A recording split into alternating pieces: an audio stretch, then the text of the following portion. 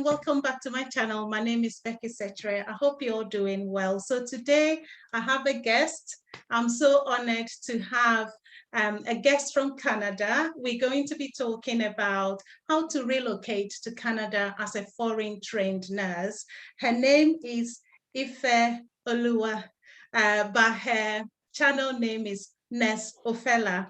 She's going to introduce herself to us. She's a registered nurse in Canada. She's a mother, very busy woman, and a YouTuber as well. So I'll give you the opportunity to introduce yourself, please. Hi, good afternoon. This afternoon in Canada, so good afternoon, everyone.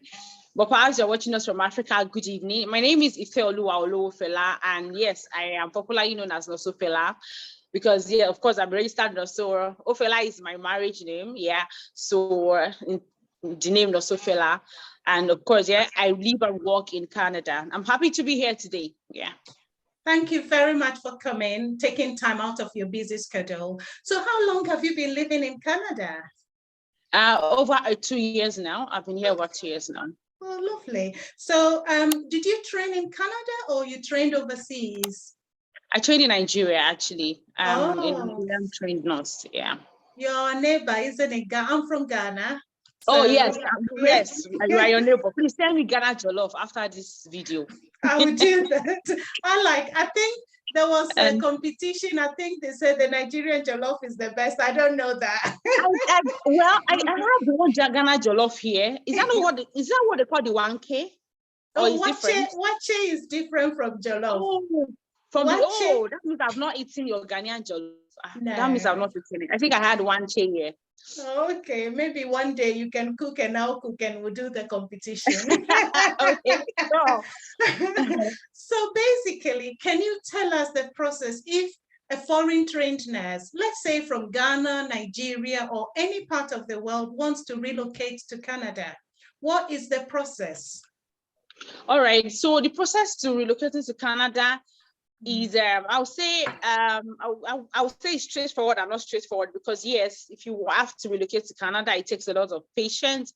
It takes you to persevere, and it takes you to start very low before you eventually get your destination. However, there's something I've been telling people that have been following me for a while on social media, that Canada does not have sponsorship like UK does. Some people say they have sponsorship, but I've not seen a legitimate one. There will always be people that are not legitimate claiming they have sponsorship. But if you ask me if there's any legitimate sponsorship, I'll say no. Though we are currently trying to work on something for nurses, but we have not yet concluded. When we conclude, people will hear it from my channel or from my social media handles. But what it takes is that the first thing I usually advise nurses to do is you have to determine an immigration route that's suitable for you. We have over 150 immigration routes to Canada. Because Canada does not have sponsorship, you have to be the one to do that work of finding out or determining how you want to migrate to Canada. So you can either, if you are less than 30, you can do express entry. Express entry will mean that you are going to be in the pool, you are going to be grading your highest educational value, you are going to be submitting some credentials, you are going to be declaring your age, your properties, your assets. I have a couple of videos on my YouTube channel that can help you to get started, because I've invited quite a lot of people on the channel to talk to us. I invited a consultant recently, so she spoke about all this. I also invited Diolu of Canada. Is very vast in immigration matters, so you can check that video out to find out more about express entry. You can also do spousal support. It means that your husband is here or schooling here. So another way people can come here is when you want to come here to study. Say you have a BSc, you can come here to do your master's. That for me is the easiest way to migrate into Canada. Studying is the easiest way, but it is expensive. The only reason why people run away from it is it is expensive, because you are going to be an international student. So because of that, the tuition is from 15,000 above, 20,000 CAD above. Some have like 7,000, 8,000. So if universities like University of Newfoundland is quite affordable. You can check out University of Newfoundland to see if they have courses you would like to do. So that is it. And you can also check, there are also scholarship, there are tuition reduction, you can get grants, but you have to just make findings. If you watch the video I did with Olu of Canada, it mentioned some sites, if there are some universities we also call the U15 universities in Canada, they usually have low tuition for international students. You can check that out. It is very good. And there's an Empower grant to check out that video I did with Olu of Canada. You will see they have to migrate to Canada from anywhere in the world. So the first thing you have to do is determine how you want to migrate here. Do you want to come and study? Do you have a spouse here? Do you have an auntie here that can send you an invite? Now, for instance, if I send my brother an invite here, if he stays there for a duration of 6 months and gets a job, you can stay here permanently, because getting the job, the employer can give him what we call LMIA that would allow him to, work here freely, and then you can process his PR from there. So you have to look at your option. If you watch that video, I'm sure you will get an option of migrating to Canada. So that's the first thing. Once you have gotten an option and then everything is set on GIA, then you should begin your NNS assessment. Now, this NNS assessment is what will grade you, like they want to, check your educational standard to that of Canada, if it's really worth it, if you can start practicing or not. And then for people who are nurses already, like there are nurses that have bachelors, not RN only, you can do what we call the after degree nursing program. The after degree nursing program is a 2-year nursing program here in Canada. It means that even if you have bachelor's degree in fishery, in farming, in Yoruba, in Agric, you can become a nurse here in Canada. Yes, it's for everybody, but you must have a bachelor's at the minimum, not HND, not OND. They won't take that. So if you have a bachelor's in any field at all, and if you want to come and study nursing in Canada, check out my video on the after degree nursing program in Canada. So if you are able to secure an admission with that, it is expensive as an international student. But if you have your PR, if you are able to get your PR, or you're able to get I am a permanent resident, and I can, co-sign for somebody that needs a grant, that is somebody I know. Of course, I can't co-sign for everybody. So if you get a PR to co-sign for you, you may be able to get tuition reduction. We just have to explore options. There are always options, but you have to be able to explore options. So if you want to know more about migrating to Canada, follow Olufemiloye on Instagram. He shares migration info. I basically deal with the nursing aspect of it after you have determined your migration info. Later in life, I may do more of migration. I know about them, but not deeply. So I am a very practical person. I try to only involve in what I have been through, because I came here through spousal support. I'm not through school or through any other means. Yeah. So if you have a husband here or sister here schooling here, they can send you invite. They can invite you over to the open work permit. So the open work permit grants you the access to work as their spouse or as their dependent. So like I said, there are a lot of routes. Just watch that video that I do with Olu of Canada. Watch the one I also do with the immigration consultants. You see it on my playlist, the Canadian nursing info. You would get a lot of information there. So after determining how to come, then you begin your NNS assessment. Now, I usually advise people with the NNS assessment, you should begin from your home country. Don't get here before you start, because you need to get all your documents to them. And it's better you oversee things yourself than calling from here to tell people to oversee them for you. It's going to be pretty difficult. You can do it, but you're going to spend a lot of money. And, when you're not there to monitor things yourself, it might not go as you like it. So yes, begin your NNS in your home country before you come here. And when you start your NNS, choose that you want to choose two, what's the English I want to use now? Make sure you're choosing two nursing bodies, that's registered nurse and LPN, because not every province in Canada will allow you to challenge the Enclaves exam straightforward. In fact, we have just about 1 or 2 allowing people to challenge Enclaves. So it means every other province out of the 8 or 10 we have will not allow you to challenge Enclaves currently. So it means that you can start working as a licensed practical nurse before you get your RN. And before you work as a licensed practical nurse, you might have to start as a personal support worker or healthcare aide before you become LPN. So that's why I said with Canada, you have to be ready to start lower before you move high up there. So Canada is a lot of patience. That's why people don't come here. We don't have a lot of nurses here, because the patience is, you have to really be patient.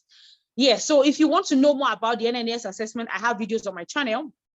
that will guide you, because you need to get some guide on before you start the NLS assessment. Is about 1,000 CAD. It's not what you want to just throw away. So you have to know that you are supposed to choose English as your first language, take only one employer, not multiple employers, because they will ask letters. They are going to ask documentations from your employers. So if you go choose 10 employers that you have worked with in the whole of your life, you're going to put yourself in a lot of trouble, because getting those people to sign those things and send it to NNAS might be taking time for you. And remember, NNAS takes time already. So it's better to choose one employer, choose English as your first language, then also select provinces that will allow you to challenge Enclaves. Not every province is favorable for nurses in Canada. Yes, I would usually tell people, for if you choose province like Alberta, Alberta will not allow you to start practicing as RN immediately. They require some things. So, but you will probably start working as LPN with Alberta. But with province like New Brunswick, you can almost start practicing as RN in like maybe 6 months or 8 months, max 1 year that you move into Canada, if your processes are fast, because they allow you to challenge Enclaves if you have all your papers. And another thing with Canada journey is that it is individual. So because somebody does this, or somebody you will do that. You can borrow from their wealth of wisdom. You can, learn from them. But because I started with LPN, doesn't mean you start with LPN. But I usually tell people, just make sure you don't put all your egg in one basket. Canada, you have to play your games right. If you don't play your games right to Canada, you would get frustrated. So you have to play your games right. So I have tons of video on my channel to help you get started. You can drop comments for me if you have questions, and I'll be willing to put you through. However, I would say Canada is worth it, is worth the while. I like the free education here, the free healthcare here. They have free education too, but not for toddlers. So of course, it's a whole lot of journey. You can check out the videos I have on my channel to get you started. But just remember that you have to choose an immigration route first and start the NNAS in your own country. Very important to start your own country so that you can buy yourself some time, because NNAS takes a whole time before they answer you. Yeah. Okay. So you talked about Enclaves. Does it mean to migrate to Canada, you need to write the Enclaves as well, like the US? Yes, the Enclaves exam is like a general exam. The only thing with Canada is that before they allow you to write the Enclaves exam, there are procedures. They might tell you to go back to school to do what we call bridging courses before you're allowed to write the Enclaves exam. So bridging courses takes like 14 months to 2 years. It depends on where you are writing the province and where you are. And for Canada, things are not the same across board. So if somebody in province A says they do this, doesn't mean you would do that. So people in Alberta do something different. People in New Brunswick do something different. So another thing with Canada is that you have to determine the province you are going to so that you can focus on what they do in that province. Okay. Because if you're going to a province like Nova Scotia, you can't focus on what we do in Alberta. It's different. You have to find out, after getting your immigration route, what province are you going to? Then start making inquiry on the province. What do they do in that province? Usually we have info across board, right? That's why I say if you I'm looking to migrate to Canada and you stick to my channel, you probably find your way better, because when I got here, I didn't find it easy because there was no information on what I'm telling you now. So a lot of things that I know now, I did not know when I started. So I had to pass through it myself then to put out the information to people. Yeah. So depending on which route the person takes, it depends based on that. You can determine how long it would take for a person to be successful. Yeah. For the immigration route or for the nursing aspect, because there are two now. Let's talk about immigration, let's talk about nursing. So for the immigration route, it depends. Yeah, if you choose a route like express entry, if you're less than 30 and you're choosing express entry can take up to more than 1 year because it takes time. But now that they are trying to come back, because express entry was on the old, but they are saying they are bringing it back, and a lot of people will get their residence. But that would be people that has been in the pool, because there's something we call a pool. So that would be people that have been in the, not you that are just coming now and you think you get a slot. You get a slot, but not a slot to come to Canada. It will be a slot to, we are getting your credentials. Yes, so that takes time. But if you're choosing like study under 6 months, 8 months, you should be here if you have your money, because when they give you admission and there's no money, that's another issue. So yeah, but I would still say study route is the easiest route to come, because even if you are 45, 50 years old, nobody would deny you. But if you are 45 or 50, you cannot do express entry. They won't even look at you, because Canada will feel you are less productive to them. So what are you coming to do? Yeah, because we all know these tricks. We tell, because immigration officers will ask you, why are you coming to Canada? I'm coming to study. They know we know we're not going back to our own country, but they feel we are going to go back. So you have to give them a strong reason why you are going to go back to your own country. So if you're like 45, 50, you're trying to do express entry, they probably know that you don't want to go back to your own country. Yes. And you can't serve Canada either. So they are trying to play their cards right. You also have to play your cards right. So if you're using express entry, it takes time. If you're using study, even if your visa is delayed, under 1 year, you should be in Canada. Then some people can also try Omni College. Nurses who I've tried every other means and are a bit older. Usually, me personally, I advise them to try Omni College. So Omni College, what they do is that they have an international educational program in place. They call it advanced nursing program that you can enroll. It's expensive too, but it's within 1 year. And usually when you pay your tuition, you don't get to pay. I have a video on that on my channel as well. You can check it out. So it's not like they have any tangible certificate they give you, but at least they will help you with your immigration process. They kind of have like some 30 to 40% help on your immigration process. They have people they work with, and then you are sure to be in Canada in like 6 to 8 months if you do Omni College, if you have their school fees to pay. Yes. So when you get here under 1 year, they would also guide you on this NNAS process. They'll guide you on the province to take. That's why I like them. They guide you on settlement. They guide you on exams. So they practically organize class for you, hands-on experience. So I feel it's a very good one. At least you're going to be in Canada and there's better opportunity than somebody that is still back home in Nigeria. So they will guide you until you get your license or your licensure here. Okay. Yeah. So average, what is the starting salary of a registered nurse in Canada? Well, for registered nurses, is if you are working with public sector, say 30 to 35. It also depends across board where they are working. So if they are working with government, 30 to 35. They are doing agencies from $50 because agency tends to pay more, but they won't have the benefit of dental cover and all these things. And your vacation might not be paid vacation and all those other benefits. But if you are doing government, it's 30 to 35. Is that per hour? Yeah, per hour. Okay. You're doing agency 50 CAD per hour. But if you are a licensed practical nurse, because most people would usually start with licensed practical nurse in Canada, is 26 for government. But if you are working with agency, 40 and above. And some agencies still pay low. So I'll just say those are just general. So it also depends on where you get your job. How do you bargain, your bargaining power? But those are just across board kind of fee. Then if you do weekends and night duties, you have premiums. So the premiums kind of raise your money. Not with agency though. You don't have premiums with agency because they feel they're paying you high already. So if you are doing government, let's say the starting is 30. If you do night and weekends, you can start getting 35 because you're going to get, I think, $2 per hour. Yeah. So briefly, I know you're a very busy woman. How can you tell us a little bit about childcare and living cost in Canada? Well, the government, when you want to come in through schooling or if you do express entry, government usually asks you for what we call a proof of fund. Now, for proof of fund, it means that they are going to expect that you have the minimum amount in your account to live here for 1 year. Or for the number of years you'll be doing your course of study. But I think they usually check for the first year. So it's $10,000. That's the minimum amount you should have to live here successfully in Canada for a whole year. For a whole year, $10,000.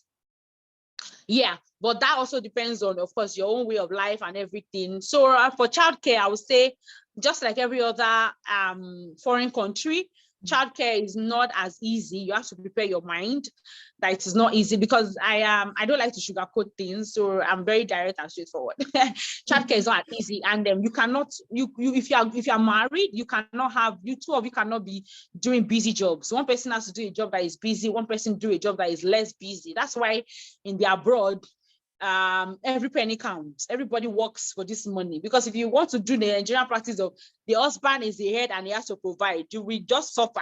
It's not like suffer, but you will see it in yourself that you will need to help. You need to assist this man because if you do, then he's going to work himself up and you won't even get to see your husband. You might get sick on time every time because he's working too much. So everybody has to help. Everybody has to assist. So and in Canada, if your child is still a toddler, or maybe within the age of say they are not yet 8 or 9 years, you can't leave them on their own. It means that somebody part-time has to always be at home. So if you have to always be at home, for healthcare workers, we cannot make money when we are not in the work front. We only make money when we're in the work front. So if you are married, if you are 2 of you are health workers, or even if you are, because I'm the only health worker in my family, my husband is not an health worker, but regardless, one person has to always be home. Our child is just a toddler. One person, so you have to consider all that you will not, when you have children, you will not be able to make as much money as you want to make. Because if you don't have a child, you probably be able to say, okay, I can take a shift of 3 to 11, I can take a shift of 3 to 12, but if you have a toddler, the toddler needs you. So you want to put your child to bed at 8. So if you're going to be at work till 11, how do you put your child to bed at 8? So you want to read bedtime stories to them. You want them to pray with you, or whatever your religion you serve. You want to teach them etiquette. So if you are always out there, how do you teach these children? How do you impact their life? So I'll say parenting here is discipline, and parenting here is a lot of is tasking, and then you have to kind of know that you should do some delayed gratification. Okay, say I want a Gucci bag now. I have to know that I might not be able to afford a Gucci bag right now because, of course, maybe I have the capability to make the money, but I have a son that will not allow me to go out there to make the money for Gucci bags. So when I buy a Gucci bag, I buy what I can buy. Maybe I go to Aldo that have cheap brands, or I go to ASOS. So that's what I'm trying to say. You have to have delayed gratification. So childcare it's okay. Then the school fee for children that are, I think from 4-5, they have free education if you want it from the government. If you want it, but if you don't want that, you have to be ready to pay the private school fees. And then for toddlers, you have to also be ready to pay their school fees. But governments will give you what they call a grant and subsidy. So with your grant and subsidy, your money might reduce based on what you earn. So my grant will not be your grant. My subsidy will not be your subsidy, because what I earn, they look at what I earn. If what I earn is too little, they give me a lot of money. Yeah. Not a lot of money, but at least more than somebody that earns more than I do. So they check your family income to give you what they give you. Yes. So as your family income increases, the money they give you drops. So that's why some people in Canada, they don't work. They just give us to children almost every year so that they can get government money. Because by the time they tell government they are not working, government give them a lot of money. Yeah. So, and they feel if I can get like $3,000 from maybe 6 children from government, I can sit at home and try not to work. But really, all of us won't be that way. I think I will still want to work. How much is $3,000? Because if you're going to take your family, pay your mortgage. Yeah. So childcare here is really, so if you're just migrating to Canada and you feel that you want to make some money, you can work for some time, maybe say a year before you start raising children. And if you also feel that you can do delayed gratification, because even if you earn $5,000 in a month jointly, if you still have a child, you can still survive with the child. It depends on how you're able to delay yourself. Because in Nigeria, people who earn 50,000 naira raise families because they will not do more than themselves. So if you are able to contain yourself, because when you are maternity leave here is for 1 year, government still pays you for maternity leave here, and they pay you for 1 year. But you must work a minimum of 420 hours to get that money from government. And the money they also pay you is dependent on how much you have earned, how much you have also put in government accounts. So everything here is everybody's trying to play their cards right. Nobody's doing anything for you free, basically here. Because if I put $50,000 in government account, they give me more than somebody that has put $15,000 there. So you have to consider that, but they will pay you for that 1 year to take care of your child. So if you have some delayed gratification, that's whatever they pay will still be enough for you. You don't have to buy clothes when everybody is buying. You can buy when they are on sales. When they sell something cheaper, buy, look good for yourself. And, so I would say childcare it's good, but you have to prepare and you have to have a working partner that understands you, that not the partner that you say, oh, I know this job is enticing, but you can't go because of our child. And say, no. How can I stay with the child? I want to make money. You're going to have a lot of trouble. So your partner has to be understanding that there has to be a lot of delayed gratification, and raising children is not easy because it's going to be just you. You are going to be the cook, the driver, the washman, the washwoman. You are going to be their teacher. You are practically everything. So you have to guide your loins very well. That's right. I know. Being a mommy or daddy here is super hard. I think they should give them awards every year because it's a lot of hard work. Yeah. Yeah. What would be your But advice? it's doable. It is doable, please. I'm Yeah. not scaring anybody. I'm just trying to prepare your mind. Yeah. Yeah. So what would be your advice to any foreign trained nurse or anyone considering relocating to Canada? Well, I think I'm going to be, I will see myself as #1 champion when it comes to telling people to come to Canada. Of course, I'm living here. I will not tell people to run away from Canada. Canada is very good to live in. The weather is cold, but in over 2 years, I've not died. And I've not fallen ill either. I don't think I've visited the hospital or maybe when I had my baby. That's the only time I've been in the hospital, except for maybe general routine checkups. So yeah, the weather does not kill. You were just going to dress warm. So that is what Canada is really good. I like the fact that we have free healthcare system, not free, but at least I don't pay out of my pocket.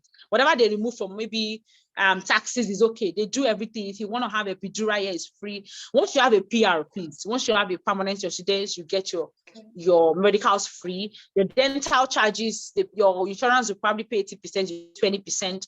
But every other thing, drugs, you can buy your drugs yourself. If your doctor give you a prescription, but say you want to give birth to a baby, you have a surgery to do. Whatever you have at all that is medical is free here in Canada. Then they also have the school, the government grant and subsidy. So I'll say, for me, the free healthcare is #1 priority to me, because if you have good health, you can make money anytime. People at 50 still back PhD. People at 45 still back PhD. If they are died, they won't be able to back PhD. So it boils down to the fact that they had health. So if you have good health, you can do anything at any time in life.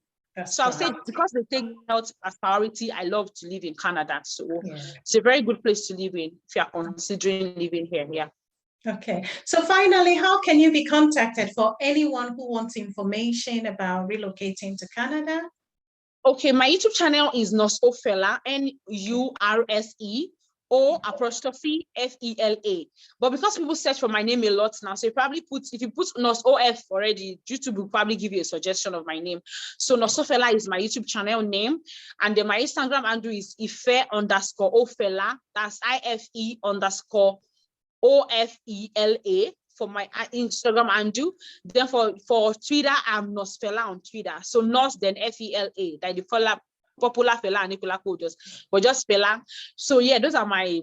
Then if people want to book one-on-one call, so like let's say we see that because when we talk, sometimes it's generalized. So if you want to book a one-on-one call with me, you can reach out.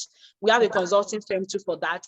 If you want to do your NNS assessment and you need help with it, we also have a consulting firm for that, where you have to pay a token. So basically, we help you to settle down in Canada. We have a consulting firm that helps you to settle down. And people that need proof of fund, we also do proof of fund. If you need that, say you want to go to school in UK, US, or whatever, and you need proof of fund, we also do that. Yes. All right. Thank you very much for coming on my channel. And I will put your link and everything there so people can contact you. Thank you so much for inviting me to your channel. Have a lovely afternoon, and it's good night to me. Yes, good night to you. Regards to your son. I will. Thank you. Thank you. Thank you so Take much. care. Yeah, bye. Bye-bye.